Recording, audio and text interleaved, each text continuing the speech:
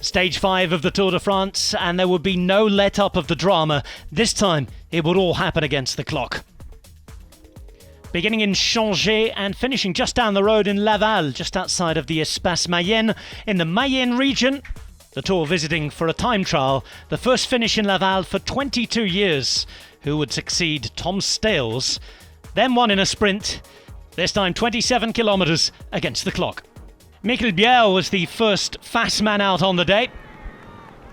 He'd beat the time set by Sweeney, 52 seconds the margin, and the young dame from UAE looked good. Stefan Bissegger had been one of the favourites, but it started to rain, and despite the brilliant save, he was unable to drive it home. Brendan McNulty did crash, as Bissegger would be disappointingly down on the sheets, 21 seconds worse off than Biel. Mathieu Cattaneo was looking good. Very good, in fact. The former under-23 Giro d'Italia winner was making Biel sweat, and in fact, he'd dislodge him from the hot seat. That is until Stefan Küng came along, riding for Groupama FDJ in the hometown of the team's owners. The Mathieux would have been delighted when they saw the European champion come across the line, beating Cattaneo's time by 36 seconds. Jumbo-Visma were in good combative mood. Jonas Vingegaard looked good. Not quite good enough, however. And Primož Roglič showing not too many ill effects after his crash. Then came Tadej Pogačar, the Tour de France winner from last year, starting the day in 6th position at 39 seconds behind Mathieu van der Poel. Nobody had forgotten what he did at the Planche des Belles Filles, but this time trial without a climb in it, and just a week or so after having come only 3rd in the national championships, eyebrows were raised when at the first and second time checks, Pogačar was flying. The same would happen up to the finish. Küng unable to believe it as he looked on. Pogačar taking 18.2 seconds off his time and moving into the stage lead. It quickly became clear that Pogačar would win the stage. Küng disappointed, but would Pogačar do enough to take the yellow jersey? Van Aert would turn up and not provide the performance we might have been expecting.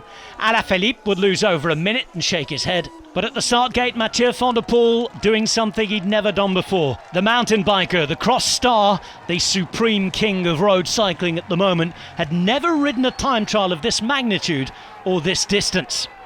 He started it by defending very well, only 22 seconds down at the second intermediate. 39 seconds had separated Pogačar and Van der Poel at the start of the day. Going into the final 2Ks, there was 7 seconds of a difference. Pogačar looked on and was enjoying the performance himself. Pogačar won the stage and would not have to wear the yellow jersey this early in the Tour. Mathieu van der Poel with another of those great, memorable, superhuman performances. Pogačar winning, Küng in second, Vingegaard third, Van der Poel fifth in the time trial, and still in the yellow jersey. The general classification certainly looking more interesting now. A lot of big GC riders defending their positions well despite crashes.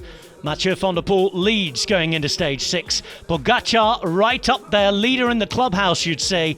He's at 8 seconds, followed by Van Aert and Alaphilippe.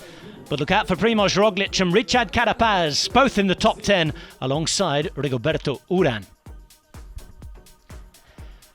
And on stage 6, a new Tour de France begins. A new order's been established at the top. We begin in Tours and head to Châteauroux, 160.6 kilometres, and returning to the site of the first ever win for Mark Cavendish at this race in 2008. The other day he picked up stage win number 31. Can stage 6 provide number 32? Tune in to find out.